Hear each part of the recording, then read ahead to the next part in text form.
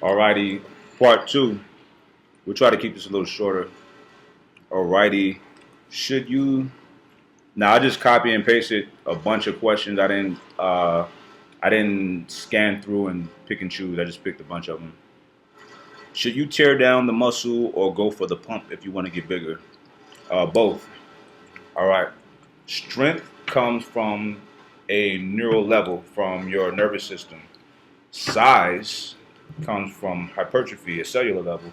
So to grow, you need to get a lot of reps. You need to pump, pump, pump, pump, because that's what's forcing those cells to expand. The cells are expanding because you're forcing blood and oxygen into the cells, and they're growing. Um, Inadvertently, that is tearing the muscle down as well. Yeah. Uh, Now, I'm big on. There's some people who, and I want to address this. I met a guy at Sprouts the other day. He said, "Man, I love the overtraining." So basically, the whole thing is just to do a lot of reps, low weight, right? I'm like, absolutely not. I am huge on lifting heavy. This is the reason why. Now, if I say, burn out, max out, the heaviest you can go. If you get up to, whatever that heavy weight is for you, and you get 3 reps, that's burning out. That's going to the max. You know what I mean? That would be way more effective if you're doing 50% of that at 15 reps, in my opinion. All right. Perfect example. The first arm workout I did with CT, we would start out on a single arm preacher curl up to like hundreds. It was crazy, like an 80, 1 or 2 reps, 100, 1 rep. And from that 1 and 2 reps, I had the craziest pump. Like my arms was destroyed already. And I thought I need like 20 reps. But I pushed myself to the limit for that particular movement.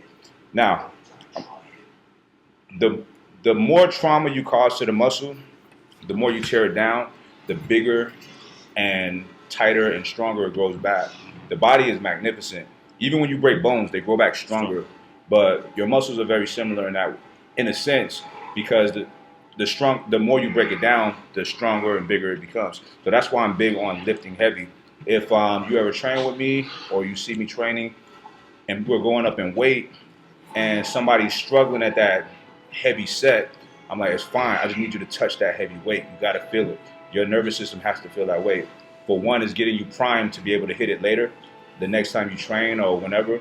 And for two, you need that. You need strength, because the more weight you can move, a lot of volume, the better the stronger you are, the the bigger and more powerful your muscles will become. So I'm not a fan of low weight, high reps. That's not what I mean when I say overtraining or my density style training. The low weight, by the time you get to the low weights with my programming, it's heavy. You understand? You're burning yourself out. You've climbed this pyramid up to that heavy weight, whatever your heavy weight is, and you're not being conservative with reps going up. You're getting a good amount of reps going up, okay? Until you get to that heavy weight. We hit it one set, we hit it another set, we hit a working set. And when I say working set, that's about 70 to 80% of that one or 2 rep max. That's good. I call that good money. That working set is good money. Me personally, depending on how I feel that day, I might do 2 of those working sets, and then it's going to be the burnout or the drop set. And yeah, you may see me with 65 pounds on the bar at the end of a drop set, but that 65 pounds feel like that 400 pounds or whatever we was at the top of that pyramid is. So no, low weight, high rep, no, that's not what I'm saying. Heavy weight, as many reps as possible. And then when you drop down, that low weight will be heavy at that point. Got a little long-winded on that, but just wanted to clarify. All right. I thought it's to Rob. How do you maintain intensity in the gym?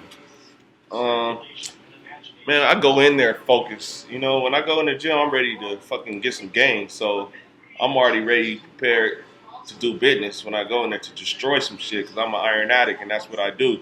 You know, so I already have that mind frame that I'm going to go in here, bust my ass and give it all I got. So I'm already coming in with intensity. You know, and I am intensity. What about you, Kim? It's tough for me because a lot of times I'm working out by myself, so I gotta have a good playlist. Gotta have a solid set going on in my ears. Pre-workout, the IX3 is dope. If you haven't copped that, get that.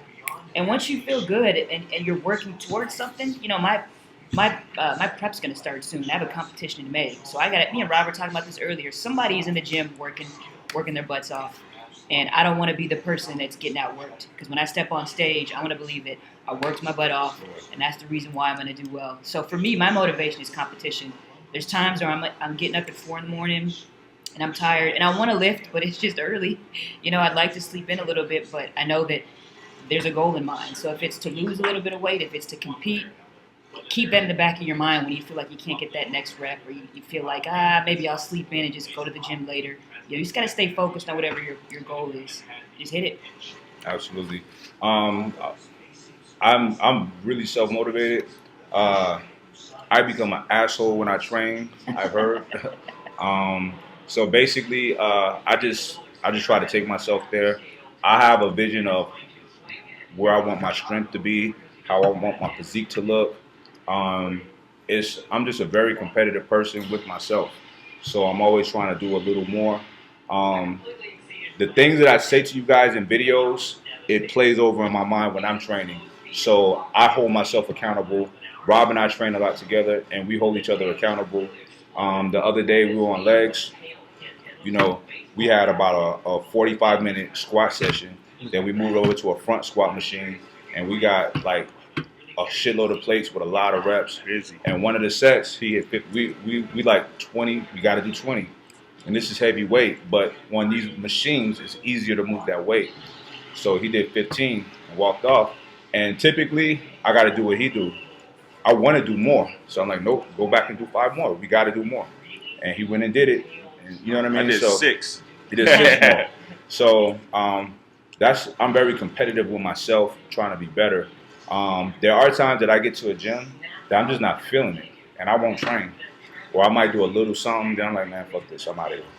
It's days like that, it happens. It's days like that. So that's what you make up for it when you get back in there. So if next time you get in there, you go even harder than you would have anyway, because you slack off. Right. It's like if you're a coach, you got to get on a player for missing practice or coming in late. You got to get on yourself. Yep.